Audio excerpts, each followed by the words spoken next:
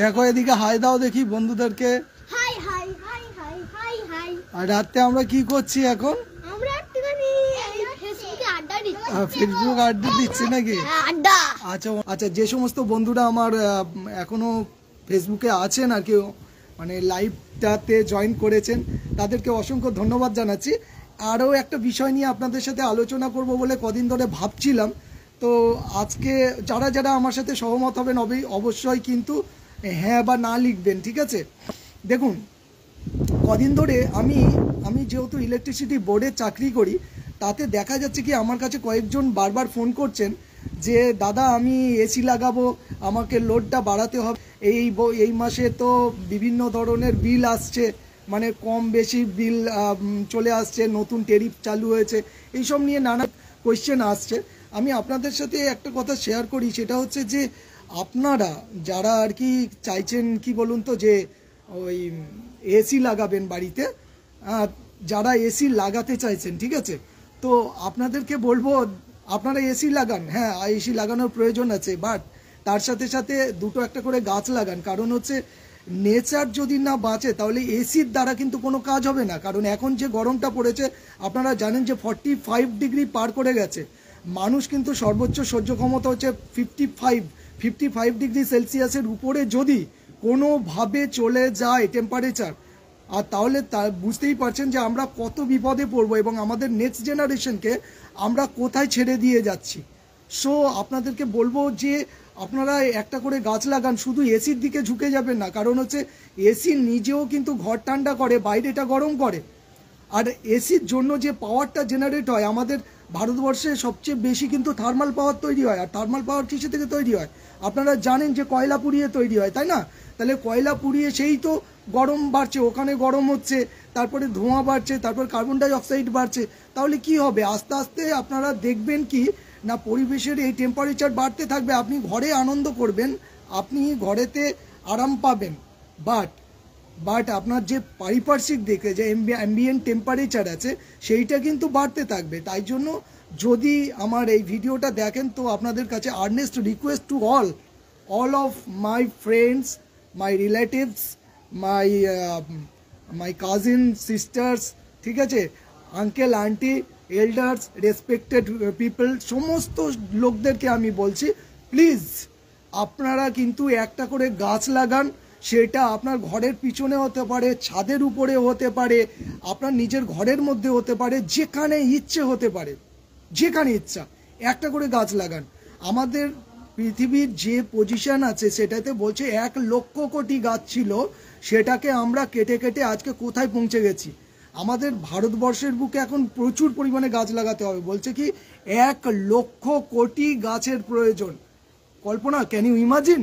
আপনারা যারা দেখছেন, আমি জানি আমার এই গুরুত্বপূর্ণ জ্ঞান দেওয়া ভিডিও কেউ দেখবেন না, দেখার দরকার নেই, বাট এর দ্বারা যদি একজনেরও কোনো মানে মোটিভটা যদি চেঞ্জ হয়, নোশনসটা চেঞ্জ হয়, তার মধ্যে যদি একটু শুভবুদ্ধির উন্মেষ হয়, তাহলে আমাদের পরবর্তী জেনারেশনের জন্য আমরা সামান্য এই কাজটুকু করতে পারি, একটা গাছ লাগাতে পারি। আচ্ছা, একটা উদাহরণ দিয়ে দিই। আগে কাপাস গাছ দেখেছেন আপনারা, আচ্ছা শিমুল তুলো গাছ দেখেছিলেন, তারপরে আপনার হচ্ছে ফলসা গাছ, তারপরে কয়েকটা গাছের নাম বলছি যে সমস্ত গাছগুলো আগে আমাদের গ্রামে এক্সিস্ট করতো। তারপরে বাবলা গাছ, এগুলো এক্সিস্ট করতো, শ্বাসবাবলা গাছ, এগুলোও এক্সিস্ট করতো। আমরা কি করেছি, আমরা অপ্রয়োজনীয় মনে করেছি এই গাছগুলো আমাদের কোনো প্রয়োজন নেই, তাই জন্য আমরা কেটে দিয়েছি। ঠিক আছে, আমরা শুধু ফলের গাছ লাগাবো, অন্য গাছ পাশে আছে মনে করছি ওই গাছের কোনো প্রয়োজন নেই। কেন নেই? সমস্ত কিছুর প্রয়োজন আছে। কারণ হচ্ছে যে অক্সিজেনটা আমরা পাচ্ছি ওই গাছে দিচ্ছে, সবাই জানেন আপনারা, ঠিক আছে? যদি অক্সিজেন সিলিন্ডার দিয়ে কিনতে হতো তাহলে কিন্তু আমাদেরকে হাজার হাজার টাকা ওর পিছনে খরচ করতে হতো। আর আজকে এত টেম্পারেচার বেড়ে যাচ্ছে, অথচ আমাদের কারোর একবারও কিন্তু জ্ঞান ফিরছে না। মানে we are ignorant about that, are ignoring about, ঠিক আছে? এটা সম্পর্কে আমরা সবাই কি করছি না, উদাসীনতার সাথে আমরা কি করছি, ইনডিসক্রিমিনেটলি, মানে হচ্ছে বাদ বিচার শূন্য ভাবে প্রত্যেক দিন আমরা গাছ কাটছি। আপনি শুয়ে থাকবেন, দেখবেন গড়গড় গড়গড় গড়গড় করে আওয়াজ হচ্ছে। কিসের আওয়াজ হচ্ছে? ওই যে করাত কল আছে না, করাতের আওয়াজ হচ্ছে, যেটা এখন মডার্ন যুগের একটা করাত এসছে না। আগে একটা গাছ কাটতে তো 5টা মানুষের একটা দিন লাগতো, এখন 3টে 4টে গাছ একদিনেই কেটে ফায়ার করে দেওয়া যাচ্ছে। কিন্তু দেখুন তো যে গাছটা লাগাচ্ছি, যে গাছটা কেটে দিচ্ছে, সে তো গোড়ার থেকে একদম, এখন তো আবার গাছ কাটার নিয়মও হয়েছে, দেখবেন একদম গোড়ার নিচ থেকে কেটে দিচ্ছে। ঠিক আছে, যে গোড়ার থেকে যে মুখটা বের হয় আর কি, আমার নতুন স্পাউট বের হয়, সেই স্পাউটগুলোও তো এখন বের হচ্ছে না, কারণ আপনার গোড়ার নিচ থেকে কেটে দিচ্ছে। সো আপনাদের কাছে রিকোয়েস্ট করছি যে আপনারা যারা শুভবুদ্ধি সম্পন্ন মানুষ, তারা শুধুমাত্র প্রকৃতির উপরে দোষারোপ করবেন না। মানে হচ্ছে আমি শুধু প্রকৃতির উপরে দোষারোপ, এই এত গরম বেড়ে গেল, কেন এত গরম বাড়ছে রে ভাই, আমার কিছু করার নেই, আর ঘরে মানে বাইরে টিকতে পারছি না। ঠিক আছে, তো টিকতে আপনারা পারবেন না, আরও দিন যত যাবে না ওই টিকতে পারবেন না, এইরকমই চলতে থাকবে। হ্যাঁ, টেম্পারেচার বাড়তে থাকবে আর আপনারা হাই উতাস করতে থাকবেন। হ্যাঁ, গরমে শুধু ফ্যান চালাবেন, দেখবেন ছাদের উপর থেকে গরম নামছে, আর সব সময় ভাববেন এসি কিনবো, এই কিনবো, ওই কিনবো। এগুলো তো পার্মানেন্ট সলিউশন না, না, এগুলো তো টেম্পোরারি সলিউশন। আমরা আমাদের সামনেই কত সুন্দর সলিউশন দেয়া আছে, দেখুন কত সুন্দর। যে আমরা আপনার যদি মনে করুন যে আপনার বাড়ির পাশে দুটো গাছ আছে, দুটো গাছ থাকার পরে আপনি দেখতে পাচ্ছেন যে ওই গাছ দুটো থেকে মানে ছায়াতে আপনি যখন বসে আছেন, তখন আর আপনার কিন্তু ফ্যানের দরকার হচ্ছে না। আপনি প্রকৃতির মধ্যে দাঁড়িয়ে বা গাছের নিচে বসে মাদুর পেতে একটা গল্প বই পড়ছেন, বা আপনার ফেসবুক স্ক্রল করছেন, বা কিছু অন্যান্য আত্মীয়র সাথে কথা বলছেন বা এনজয় করছেন। বাট আপনি যখন এসি গরমটা ছাড়ছেন, তখন বাইরে যিনি আছেন তিনি কষ্ট পাচ্ছেন। আপনি ঘরের মধ্যে আছেন, আপনি আরাম পাচ্ছেন, বাট আপনার বাড়ির বাইরে যে লোকটা আছে, যার এসি কেনার ক্ষমতা নেই, সে কিন্তু অনেক অনেক কষ্টের মধ্যে আছে। তো আপনি নিজের কথা ভাবলেন, অপরের কথা কই ভাবলেন না একটু, তাই না?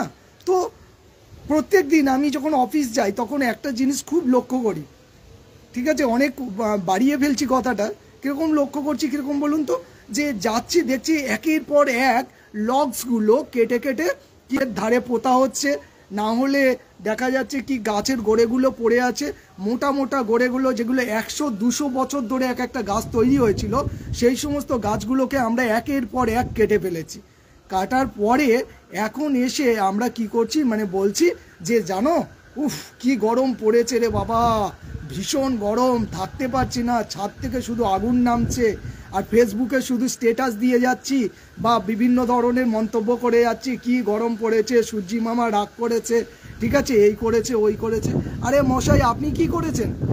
আপনি নিজে কিছু করেননি, একটা গাছ লাগাননি, ঠিক আছে, প্রকৃতির উপকারের জন্য, মানে রিপেয়ার করার জন্য একটা সামান্যতম ইনিশিয়েটিভ কোনো আপনার দ্বারা তৈরি হয়নি বা করেননি।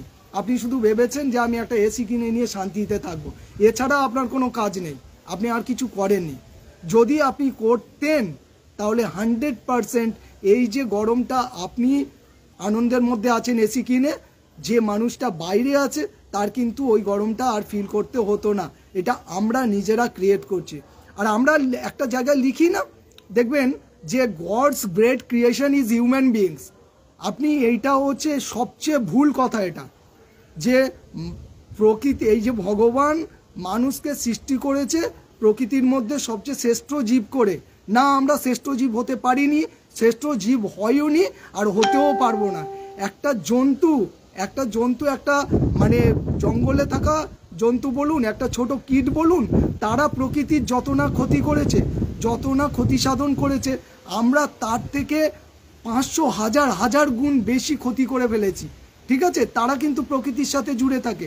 দেখবেন যদি একটা কোনো সময় দেখবেন বৃষ্টি হবে, তার আগে কিন্তু বাদল পোকা উড়ে যাচ্ছে, তারপর ওরা সেন্স করতে পারছে। আপনি কিন্তু সেন্স করতে পারছেন না, কারণ আপনি প্রকৃতিতে জন্মগ্রহণ করতে পারেন, প্রকৃতিতে মাটির সাথে কিন্তু আপনি কোনোদিন জুড়ে ছিলেন না, থাকেনওনি, আর মানে থাকতে চানওনি। যদি থাকতেন তাহলে নিশ্চয়ই 100% বুঝতে পারতেন। আমরা সিভিলাইজেশনের নামে, মডার্ন হওয়ার নামে, আচ্ছা আমাদের নিজেদের সভ্যতাকে মডার্ন ডিজিটাল করার নামে কি করেছি বলুন তো? আস্তে আস্তে আস্তে আস্তে আমাদের প্রকৃতিটাকে একটু একটু একটু একটু করে করে ক্ষয় করে চলেছি, মানে তাকে ডিকে করেছি, তাকে অবনমন করেছি, তার শেষ করতে শুরু করেছি।